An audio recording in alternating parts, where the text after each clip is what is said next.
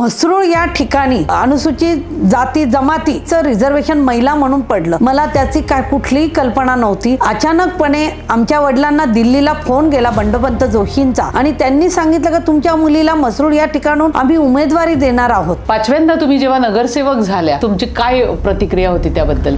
Form भरण्यासाठी गेली आणि त्यावेळेस अचानकपणे एक फोन आला मला, अनुसूचित जमातीचं रिझर्वेशन सोडण्यात आलेली आहे आणि ती महापौराची आहे. ते अचानकपणे ऐकल्यानंतर मी त्यांना म्हटलं मी फॉर्म भरते भाऊ. तेव्हा माझा प्रवास सुरू झाला. मी फॉर्म भरला आणि नंतर मी 2017ला मी निवडून आले. जसे प्रभागामध्ये माझं कुटुंब म्हणून अत्यावश्यक गरजांची, तसं नाशिक महानगरपालिकेमध्ये सुद्धा जी नगरसेवकांना जी कामं लागायची ते मी सोडवण्याचा प्रयत्न केला. कोविड म्हटलं की आत्ता सगळ्यांच्या अंगाला काटा येतो, तर त्यावेळेस तुम्ही केलेली कामं, लोकांसाठी केलेली मदत. कोविड काळामध्ये रेमडेसिवीर असेल, जी ऑक्सिजनची गरज असेल, कोरोनाचे पेशंट असतील त्यांच्या घरापर्यंत मी रेमडेसिवीर पुरवलेले आहे. पुन्हा एकदा आपण प्रभाग क्रमांक 1 मधनं उमेदवारी लढवणार आहात, तर मग पुढचं विजन तुमचं काय असणार आहे? पाणी हा प्रश्न महिलांसाठी असतो.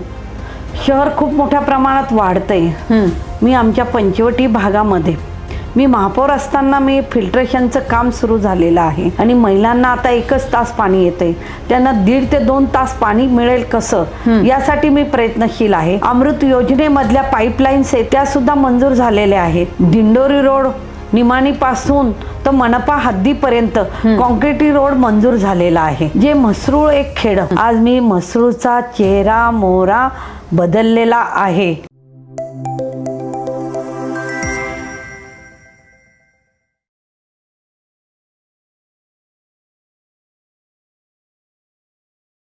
मतदार बंधू भगिनींनो नमस्कार. नाशिक महानगरपालिका सार्वत्रिक निवडणूक 2026 15 जानेवारीला होत आहेत आणि त्यानिमित्तानं प्रभाग क्रमांक 1 मध्ये रंजनाताई भानसी माजी महापौर आणि 5 वेळा ज्यांनी निवडणूक लढवली आहे आणि यशस्वीरित्या आपण त्यांना विश्वास दाखवला आहे, त्या पुन्हा एकदा आपल्या प्रभागातून उमेदवार होऊ इच्छितात आणि त्याच निमित्तानं मी ताईंशी आज संवाद साधण्यासाठी आलेली आहे. ताई नमस्कार. नमस्कार बंधू आणि भगिनींनो.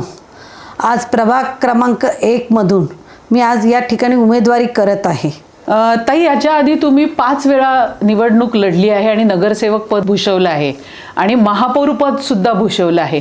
पण या 5 वेळा निवडणुकीच्या आधीच्या रंजनाताई काय होत्या याविषयी आम्हाला ऐकायचंय. ताई म्हणजे 95 मध्ये जेव्हा लोकसभेची निवडणूक लागली आणि त्यावेळेस भारतीय जनता पार्टीचे उमेदवार आमचे वडील कचरूभाऊ राऊत यांनी मालेगाव मतदारसंघाची त्यांना उमेदवारी भारतीय जनता पार्टीने दिली आणि त्यावेळेस आमच्या घरामध्ये आमचे बंधू मोठे निगडोळला विजय राऊत हे सरपंच होते आणि मी एकटी या ठिकाणी नाशिकला मी या केतकी सोसायटीमध्ये राहत होते आणि माझे दोन्ही भाऊ ते दुसरे ते सगळे नोकरी करत होते, 3घही भाऊ माझे. त्याच्यामुळे राजकारणामध्ये प्रचार करणं वगैरे त्यांना आचारसंहितेचं बंधनकारक असायचं आणि त्यावेळेस मला आमचे बंधू दिलीप राऊत यांनी सांगितलं का आता ही वडिलांना 20 वर्षानंतर खासदारकीची उमेदवारी मिळालेली आहे आणि आता आपल्याला राजकारणामध्ये वडिलांना कुठल्याही परिस्थितीत भारतीय जनता पार्टीचं खासदार बनवायचे आणि तुला बाहेर निघावं लागेल. आणि मी त्यावेळेस चूल आणि मूल सांभाळणारी मी बाहेर पडली आणि सुरगाणा पेठ दिंडोरी या परिसरामध्ये मी सगळ्यात मोठं आव्हान घेतलं भारतीय जनता पार्टीचं आणि प्रत्येक खेड्यात जाऊन कमळ या निशाणीचा प्रचार केला. त्या प्रचार करत असताना मला आमचे म्हणजे आज माझे ज्यांच्या राजकारणामध्ये आले असे माझे गुरुवर्य बंडोपंत जोशी, डॉक्टर दौलतराव आहेर यांनी माझ्या त्या प्रचारामध्ये मला बघितलं आणि मला त्यांनी विचारलं ताई तुम्ही कोण आहात. तेव्हा त्यांना मी सांगितलं मी कचरूभाऊ राऊत यांची मुलगी आहे. मग त्यांनी मला त्यावेळेस बघितलेलं होतं, माझ्या मनात शंकाही नव्हती. पण त्यावेळेस माझे वडील निवडून आले आणि त्यानंतर ज्यावेळेस म्हसरूळला रिझर्वेशन 97 मध्ये पडलं, 50% म्हणजे 30% महिलांना रिझर्वेशन देण्यात येतं आणि म्हसरूळ या ठिकाणी अनुसूचित जाती जमातीचं रिझर्वेशन महिला म्हणून पडलं. मला त्याची काय कुठलीही कल्पना नव्हती. अचानकपणे आमच्या वडिलांना दिल्लीला फोन गेला बंडोपंत जोशींचा आणि त्यांनी सांगितलं की तुमच्या मुलीला मसरूळ या ठिकाणून आम्ही उमेदवारी देणार आहोत. आणि त्यांनी लगेच आमच्या बंधूंशी संपर्क साधला दिलीप राऊत यांच्याशी आणि ते म्हणे आपल्याला मसरूळ या ठिकाणी त्यांना भानसीताईंना उमेदवारी द्यायची. आमचे बंधू म्हणे अहो ती उमेदवारी तर करू शकणार नाही किंवा काय अगदी तुम्ही नाही म्हणे आम्ही त्यांना प्रचार करताना बघितलेला आहे. आणि त्यावेळेस डॉक्टर दौलतराव आहेर आणि बंडोपंत जोशी यांनी घरी येऊन मला सांगितलं आणि उमेदवारी त्यांनी मला दिली.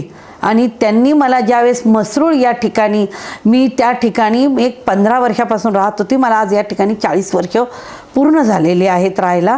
या ठिकाणी मी राहत असताना या ठिकाणचा जो भाग होता एक म्हणजे नाशिक महानगरपालिकेमध्ये जी 22 खेडी जॉईंट झाली होती त्या म्हणजे जी होती 22 खेड्यामधलं त्याच्यामधलं एक मसरूळ एक खेडं होतं. ते खेडं म्हणून ओळखल्या जाणार अशा याच्यात ग्रामीण म्हणजे नाशिक महानगरपालिकेला जोडलेला होता. या ठिकाणी सगळ्यात मोठी समस्या असेल रोड लाईट पाणी अत्यावश्यक ह्या गरजांचा असा हा प्रभाग होता. मी ज्या ठिकाणी राहते त्या ठिकाणी अगदी कुठल्याही प्रकारची वस्ती नव्हती. कुठल्या प्रकार फक्त मसरूळ गाव थोडेफार 2-2, 3-3 बंगले असलेला असा हा भाग होता. आणि दिंडोरी रोडला एक पोकार कॉलनीपर्यंत थोडा गोरक्षनगर असेल या ठिकाणी 5-10 बंगले अशा प्रकारे ज्या प्रभागाचं ज्यावेळेस मी नेतृत्व घेतलं त्यावेळेस या ठिकाणची परिस्थिती एकदम गंभीर होती. पण ज्यावेळेस मी 97 पासून ज्यावेळेस निवडून आल्यानंतर ज्या ठिकाणी ड्रेनेजसुद्धा पाहायला मिळालेलं नव्हतं. ट्रंक शिवार हा महत्त्वाचा म्हणजे त्यावेळेस म्हणजे मसरूळपासून म्हणजे टोकापासून बोरगडच्या टोकापासून तो गोदावरी सिवरपर्यंत मी त्या ठिकाणी ट्रंक्स लाईन म्हणजे ही सगळ्यात मोठी मंजूर केली. या ठिकाणी खडीकरणाचे रस्ते फक्त गोरक्षनगर अपवाद सोडला. मसरूळ गावातले थोडे रस्ते काँक्रिटीकरण सोडले. त्या ठिकाणी वसंतराव मोराडे म्हणजे आधी उखाडे होते मुरलीधर उखाडे होते त्याच्यानंतर वसंतराव मोराडे होते. त्यांनी रस्ते त्या ठिकाणी काही केलेले होते. पण जे काही राहिलेले होते त्या ठिकाणी मी रस्त्याचं पहिल्यांदा खडीकरण घेतलं. खडीकरणानंतर डांबरीकरण आणलं. पाण्याच्या पाईपलाईन आणल्या. लाईट्स नव्हते म्हणजे सगळे हे दिंडोरी रोडचा सगळ्या त्या ठिकाणी ज्या अत्यावश्यक आहे जसजसं मी करत गेली. नंतर मला 2002ला परत निवडणुका लागल्या. ज्या काम करत असताना 2002ला परत आम्ही त्या ठिकाणी निवडणुकीला सामोरं जाण्याचं ठरवलं. माझ्याबरोबरच आम्ही 14 जण होतो. 7 महिला होत्या. 7 महिलांपैकी मी एकटी परत निवडून आली. 2002ला परत मी या ठिकाणी माझं प्रतिनिधित्व करण्याची जी सुरुवात करत असताना मला सगळ्यात मोठा प्रश्न म्हणजे या ठिकाणी मी अरुण पवार होते राजेंद्र नवले होते. पण 900 मीटर प्रतिबंधक क्षेत्र बोरगड या ठिकाणचं सगळ्यात मोठं या ठिकाणी आव्हान उभं झालं. आणि या ठिकाणी ज्या ठिकाणी मी राहते माझं घर आहे तिथून त्यांनी सांगितलं 900 मीटरपर्यंत कुठलंही काही करता येणार नाही. हे कळाल्यानंतर रोड लाईट पाणी ह्या समस्या सोडवत गेलो. परिसर विकासाप्रमाणे वाढत गेल्यानंतर मी हा जेव्हा प्रश्न सोडवण्यासाठी आम्हाला 1 ते 1.5 वर्ष लागले. पण त्या ठिकाणी आम्ही दिल्ली या ठिकाणी प्रमोद महाजनांच्या मार्गदर्शनाखाली आम्ही त्या ठिकाणी दिल्ली या ठिकाणी पोहोचलो. आणि त्या ठिकाणी आम्ही ह्या जॉर्ज फर्नांडिस यांची भेट घेऊन या ठिकाणी 900 मीटर प्रतिबंधक क्षेत्र असलेलं आम्ही 100 मीटरपर्यंत आणलं. त्याच्यानंतर 2007ला परत 2007ला जेव्हा निवडणुका लागल्या त्यावेळेस मला ह्या बोरगड परिसरातून पुन्हा एकदा निवडून येण्याची संधी जनतेने दिली मला. जनतेने दिल्यानंतर परत एकदा प्रवास सुरू झाला. प्रवासामध्ये त्यांनी मला जे रोड लाईट पाणी विकासापर्यंत पोचायचं कारण जसजसा भाग वाढत गेला तसतशाही अत्यावश्यक गरजा मी एकच ठरवलं ह्या खेड्याचं रूपांतर एकदम शहरात करण्याचं असं ध्येय मी माझ्याजवळ ठरवलं. आणि प्रत्येकापर्यंत रोड लाईट पाणी आणि ड्रेनेज हे पोहोचवण्याचं काम केलं. त्याचबरोबर काही ठिकाणी गार्डन करण्याचा पण प्रयत्न केला आणि ग्रीन जिम टाकण्याचा पण प्रयत्न केला.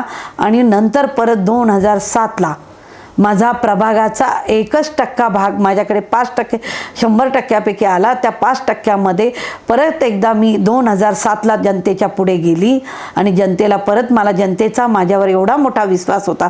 परत 2007ला मला परत उमेदवारी भारतीय जनता पार्टीने दिली आणि परत मी पुन्हा एकदा विजयी झाली.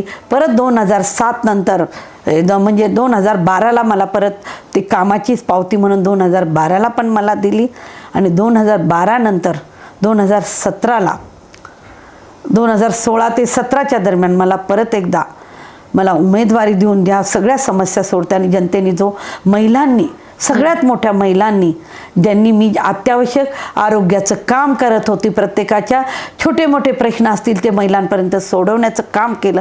परत मला 2016 ते 2017ला उमेदवारी मिळाली आणि त्यावेळेस जी घरामध्ये चूल आणि मूल सांभाळणारी माझे गुरुवर्य दौलतराव आहेर आणि बंडोपंत जोशी यांनी नाशिक शहराचं प्रथम नागरिक होण्याचा जो सन्मान त्यांच्यामुळे मिळाला आणि भारतीय जनता पार्टीने मला महापौर बनवलं, हेच माझ्या दृष्टीने खूप मोठं. मी भारतीय जनता पार्टीचे खूप खूप ऋणी आहे. रंजनाताई, आत्ता तुम्ही तुमचा राजकीय क्षेत्राकडे प्रवेश कसा झाला? वडील आणि भावांची जी साथ तुम्हाला मिळाली आणि आपले भाजपाचे दिग्गज पदाधिकारी त्यांची तुम्ही नावं घेतली, त्यांनी तुम्हाला प्रेरणा दिली आणि तुम्ही इकडे वळलात. 5व्यांदा तुम्ही जेव्हा नगरसेवक झाल्या तर तेव्हा तुम्हाला काय वाटलं आणि तुमची काय प्रतिक्रिया होती त्याबद्दल? 5व्यांदा मी जेव्हा फॉर्म भरण्यासाठी गेली आणि त्यावेळेस अचानकपणे एक फोन आला मला. आपले याचे संस्थापक पिंगळे म्हणून त्यांचा अचानक आला, अनुसूचित जमातीचं रिझर्वेशन सोडण्यात आलेली आहे आणि ती महापौराची आहे. बर.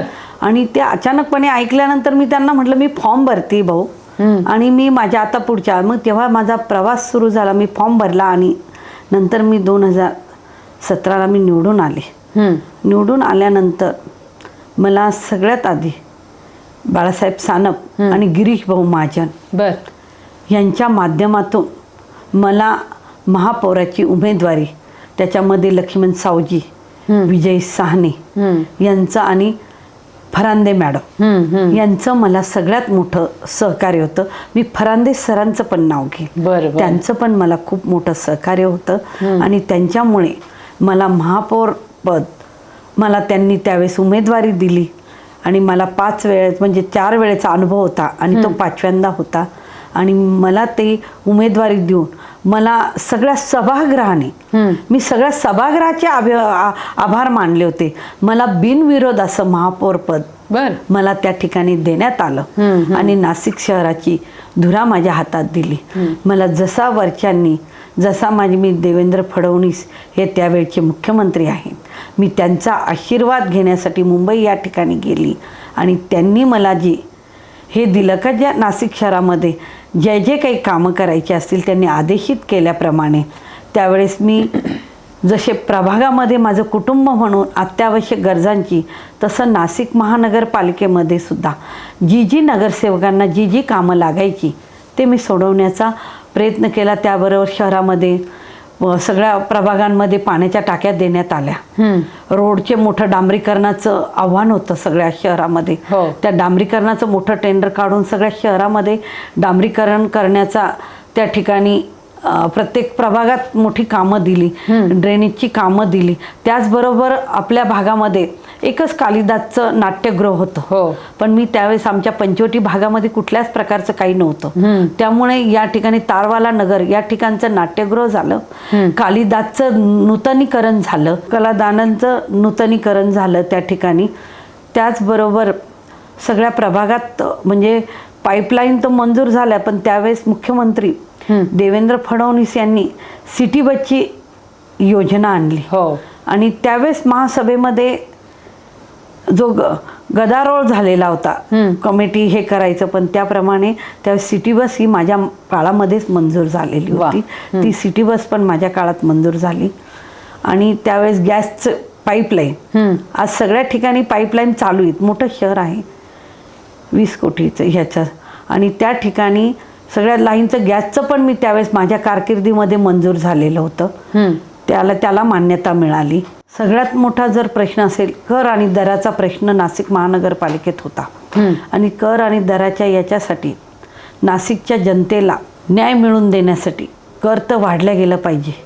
एकदम 20 वर्ष कुठलाही कर आणि दर वाढलेले नव्हते, पण ते नाशिककरांना झेपवतील असे, त्यासाठी मी सगळ्या शहरातल्या मीडिया पत्रकार बंधू होते, सगळ्यांनी मला सहकार्य करून जे मी कर आणि दरामध्ये सगळ्या सभागृहाच्या याच्यानुसार मी सगळ्यांचा मान्यता घेतली, सभागृहाची सगळ्यांच्या मतानुसार, त्यावेळी कर आणि दराचा हा प्रश्न पण मी मोठ्या प्रमाणात सोडवलेला आहे. प्रभागामध्ये महापौर झाल्यानंतर महत्त्वाचं म्हणजे प्रभागामध्ये आडगाव रस्ता हा सगळ्यात मोठं म्हणतात दळणवळण आहे.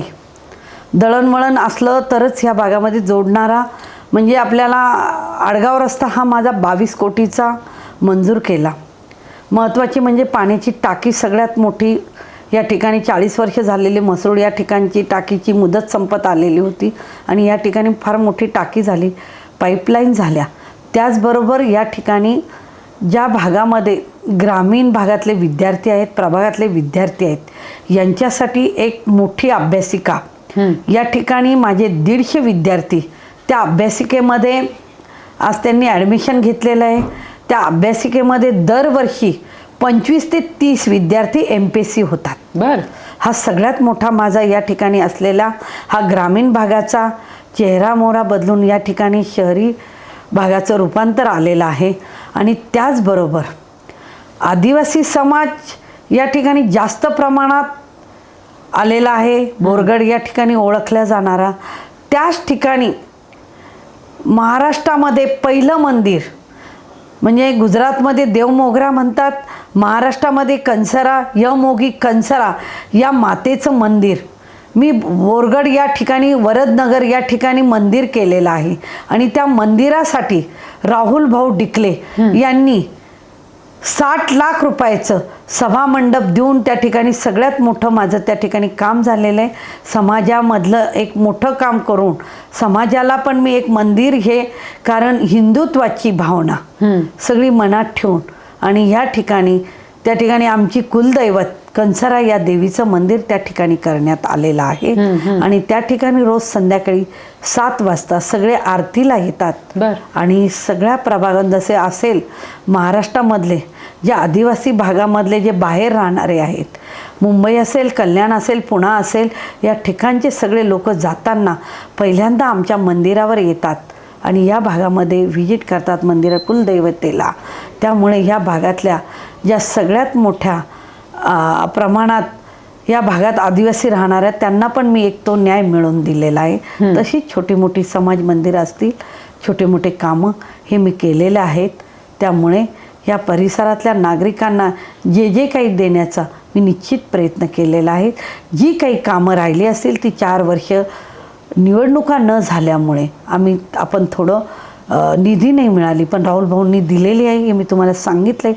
तरी आपण जी कामं राहिली ती निश्चितपणे गार्डन यासारखी कामं आपण निश्चित पूर्ण करू. 5व्यांदा जेव्हा नगरसेवक निवडून आल्या तुम्ही आणि महापौर पद तुम्हाला मिळालं, म्हणजे आपल्या प्रभाग एकचा विश्वास नाही तर अख्ख्या नाशिककरांचा विश्वास तुम्ही तेव्हा जिंकला. आणि त्याच काळात तुमच्या महापौर पदाच्या काळामध्येच लगेचच कोरोनाचा काळ आला होता आणि कोविड म्हटलं की आत्ता सगळ्यांच्या अंगाला काटा येतो. तर त्यावेळेस तुम्ही केलेली कामं आणि लोकांसाठी केलेली मदत याविषयी काय सांगाल? मी त्यावेळेस आपलं बिटकोचं पण नूतनीकरण माझ्या काळातच झालं होतं. सुरुवात दुसरं पण नवीन आपलं जे झालेलं आहे ठक्कर बापू ते पण आमच्या काळामध्ये मंजुरी दिली होती. त्याचं आज पूर्ण झालेलं आहे काम. पण महत्त्वाचं म्हणजे कोविड काळामध्ये रेमडेसिवीर असेल, जी ऑक्सिजनची गरज असेल, प्रभागातले तर नागरिक होते पण शहरामधले पण जे काही असेल, पण त्यांना जितकं रेमडेसिवीर मिळवून देण्यापर्यंत तर सगळं ऑक्सिजन मिळवून देण्यापर्यंत ज्याच्या घरी जरी पेशंट पहिल्यांदा तर आमच्या भागामधलाच पेशंट आला, त्या पेशंटला मी पूर्णपणे म्हणजे वाचवण्याचा प्रयत्न सिव्हिल हॉस्पिटलला पण सगळं ते करत असताना जे जे म्हणजे ज्यांच्या घरी कोरोनाचे पेशंट असतील त्यांच्या घरापर्यंत मी रेमडेसिवीर पुरवलेले आहेत. त्याच्यामध्ये काही ठिकाणी मौत पण झाल्या. त्या मौत अशी माझ्याकडे एक प्रसंग असा आला एक दिवस का 9 एका वेळेस कसे प्रेतांचं हे करायचं. बरं. कारण ग्रामीणचे पण होते, ते पुढे गावात नेऊ देत नव्हते. हो. मग आमच्या भागातले होते, शहरातले, ज्या ज्या ठिकाणी स्मशानभूमीमध्ये नंबर लागत असताना मी एका वेळेस मसरूळला 3च बेडची सोय होती, पण त्या ठिकाणी मी 9 यांचं मृतदेहाचं हे विल्हेवाट म्हणजे हे करून दिलेलं आहे लोकांना. कारण काय कोणी त्यावेळेस मौतीला पण कोणी कोणाच्या येत नव्हतं आणि कोणी कोणाच्या याच्यात येत नव्हतं. पण आमचं कुटुंब, माझे कार्यकर्ते यांच्या सगळ्यांच्या सहकार्याने मी सगळ्यांना न्याय देण्यापर्यंत का ज्याच्या घरी प्रसंग येतो. कारण मी माझ्या घरामध्येच मी लोकांना मदत करत असताना मला स्वतःलाही कोविड झाला, माझ्या मुलालाही झाला, माझ्या घरच्यांना पण झाला. अशा परिस्थितीमध्ये सुद्धा मी कोविडमध्ये असताना सुद्धा मी जनतेपर्यंत म्हणजे पोहोचण्याचं महानगरपालिकेपर्यंतचे जे रेमडेसिवीरचे इंजेक्शन असेल, कोणाला 5 लागत होते तर मी 2 तरी देण्याचा प्रयत्न केला आहे, 3 तरी देण्याचा प्रयत्न केलेला आहे. त्याच्यामुळे जनतेची सेवा करणं, आरोग्याची सेवा करणं हे माझं 25 वर्षातलं तर फार मोठं कार्य आहे. का ते मी कुठल्याही सिव्हिल हॉस्पिटल असो, खाजगी दवाखाना असो, महिलांच्या बाबतीतले प्रश्न असो किंवा डायबेटीस हा सगळ्यात मोठा आता आजार सगळ्या घराघरात आहे. त्या डायबेटीसच्या नेहमीच्या प्रमाणे सगळ्या डॉक्टरांशी संपर्क करून वेगवेगळे शिबिर घेऊन वेगवेगळं लोकांपर्यंत पोहोचवणं हे सगळ्यात मोठं काम केलेलं आहे. म्हणजे कोविडच्या काळातला जो अनुभव आहे तो तुमचा म्हणजे प्रत्येक पेशंटला तुम्ही मदत करण्याचा प्रयत्न केलेला आहे. रंजनाताई, आत्तापर्यंतची तुमची कामं खूपच भव्य दिव्य आहेत आणि तुम्ही 5 वेळा निवडणूक लढवली आहे. म्हणजे तुमचा जो आत्मविश्वास आहे, तुमचा कामाचा जो धडाका आहे तो पण मोठा आहे. पण आता पुन्हा एकदा आपण प्रभाग क्रमांक 1 मधनं उमेदवारी लढवणार आहात, तर मग पुढचं विजन तुमचं काय असणार आहे? पाणी हा प्रश्न महिलांसाठी असतो. शहर खूप मोठ्या प्रमाणात वाढतंय. मी आमच्या पंचवटी भागामध्ये मी महापौर असताना मी फिल्ट्रेशनचं काम सुरू झालेलं आहे आणि त्या फिल्ट्रेशनचं काम 80 ते 85% पर्यंत पूर्ण झालेलं आहे आणि ते आता 15% असं राहिलेले 2 ते 4 महिन्यामध्ये ते पूर्ण होणार आहे. आणि महिलांना आता 1च तास पाणी येते, त्यांना 1.5 ते 2 तास पाणी मिळेल कसं यासाठी मी प्रयत्नशील आहे. अमृत योजनेमधल्या पाईपलाईन्स आहेत आता मंजूर केलेल्या आहेत, त्यासुद्धा मंजूर झालेल्या आहेत. आणि महत्त्वाचं म्हणजे सिंहस्थ काळामध्ये गेडाम साहेबांशी भेटून, आयुक्त खत्री मॅडमशी भेटून दिंडोरी रोड निमाणीपासून तर मनपा हद्दीपर्यंत कॉन्क्रीटी रोड मंजूर झालेला आहे. त्यामुळे ह्या परिसराचा जो मी माझ्या भागामध्ये जे म्हसरूळ एक खेडं 22 खेड्यामध्ये समजल्या जाणारं आज मी म्हसरूळचा चेहरा मोहरा बदललेला आहे. आणि तुम्ही दिंडोरी रोड बघितला तर गंगापूर रोडला जाणं काय आणि म्हसरूळला येणं काय, अगदी सुंदर असं आमचं दिंडोरी रोड झालेला आहे. हाच आमचा 25 वर्षातला विकास, याचाच विश्वास ठेवून पुन्हा एकदा मी जनतेच्या पुढे जात आहे. पुन्हा जनता माझ्यावर विश्वास ठेवेल. जनतेचे मला महानगरपालिकेमध्ये कुठलं पद पाहिजे, कुठं काय हे पाहिजे याच्यासाठी नाही, तर मी जनतेचे सेवेचं जे व्रत घेतलंय ते मी पूर्ण करेल असं मी जनतेला मी आव्हान देते. आणि ज्या बंधू आणि भगिनींनी जो माझ्यावर विश्वास ठेवलाय, परत एकदा ते माझ्यावर विश्वास ठेवतील आणि माझ्या पाठीशी ते उभे राहतील. रंजनाताई, आता नाशिक महानगरपालिका सार्वत्रिक निवडणूक 2026 होऊ घातलेली आहे आणि आत्ता त्यानिमित्ताने मी तुमच्याशी संवाद साधला. पण वारसा विकासाचा, वारसा विश्वासाचा, वारसा जनतेचा आणि वारसा त्यांच्या आशीर्वादाचा, आणि त्या आशीर्वादाला तुम्ही 5 वेळा निवडणूक लढवून तुम्ही दाखवून दिलंय की तुम्ही काय काम करू शकता, आपला विकास कसा करू शकता प्रभागाचा. तर पुन्हा एकदा आपण निवडणुकीमध्ये उभ्या राहणार आहात आणि उमेदवार म्हणून तुम्ही आपल्या मतदार बंधू भगिनींना काय आवाहन करू इच्छिता? माझ्या मतदार बंधू आणि भगिनींना मी तुम्हाला सांगेल का 2022लाच आमची मुदत संपली. 2022 नंतर तर आज 2026चा एन आलेला आहे. आपण 2025चा एन आलेला आहे आणि आता 26 सुरू होणार आहे. 26 मध्ये आता निवडणुका सुरू आहे. येत्या 15 तारखेला निवडणुकीचं मतदान आहे. पण त्यामुळे मी असं सांगेल की जे मधले 4 वर्ष पूर्ण झालेले आहेत, त्या 4 वर्षामध्ये ह्या जनतेने मला असं कधीच समजलं नाही का तुम्ही नगरसेवक नाहीत. आम्ही नगरसेवक, जरी आम्हाला कुठले म्हणजे निधी मिळाला नसेल, पण जनतेची जी सेवा करत होतो, जनतेची जी छोटी मोठी कामं असतील ती सोडवण्याचा जनतेपर्यंत आम्ही पोहोचत गेलो. आणि जनतेने आजही आम्हाला जे मधले 4 वर्ष असेल, इथले पंचवटी मतदारसंघाचे आमदार राहुल भाऊ डिकले यांच्या माध्यमातून आम्ही कधी नगरसेवक नव्हतो असं कधी वाटलंच नाही. त्यांच्या माध्यमातून बोरगडच्या पायथ्यापासून तर आमच्या प्रभागामध्ये त्यांनी आम्हाला 50 ते 60 कोटीची कामं ह्या प्रभागाला दिलेली आहेत. आणि त्यामुळे ह्या प्रभागाचा विकास करणे आम्हाला 4 वर्षामध्ये कधीही जाणवलं नाही का आम्ही नगरसेवक नाही, आमच्या प्रभागाला निधी नाही. जी कामं आम्ही राहुल भाऊंना सांगितली असेल ती आमची त्यांनी केलेली होती. त्यामुळे या ठिकाणी मी निश्चितपणे जनता आमच्या विश्वासाला, जनतेची सेवा करणं, जनतेचा विश्वास संपादन करणं हेच आमचं ध्येय आहे. आणि लोकांची मूलभूत सुविधा सोडवणं हेच ध्येय मी जे पुढे घेऊन आलेले आहे ते आजही माझ्याजवळ आहे. आणि त्याचबरोबर आरोग्याची सेवा करणं हेच माझं प्रभागाच्या वतीने माझ्या बंधू आणि भगिनींना मी आव्हान करते. येत्या 15 तारखेला मतदान आहे आणि त्या मतदानाला सगळ्यांनी भारतीय जनता पार्टीची मला उमेदवारी दिलेली आहे. आणि कमळाच्या निशाणीवर शिक्का देऊन मला पुन्हा एकदा सभागृहात जाण्याची संधी मला जनता देतील अशी मी माझ्याकडे अपेक्षा बाळगते. आणि पुन्हा एकदा सगळ्या प्रभागाचे माझ्या पाठीशी माता भगिनी असतील त्यांचे सगळ्यांचे आशीर्वाद माझ्या पाठीशी असावे. नमस्कार बंधू आणि भगिनींनो, 15 जानेवारीला जी निवडणूक होणार आहे त्यामध्ये आपण कमळाच्या निशाणी समोर बटन दाबून पुन्हा एकदा मला सभागृहात जाण्याची जी संधी देणार आहे त्या सगळ्या माता भगिनींची माझ्या सगळ्यांनी माझ्या पाठीशी उभं राहावं असं मी सगळ्यांना आव्हान करते.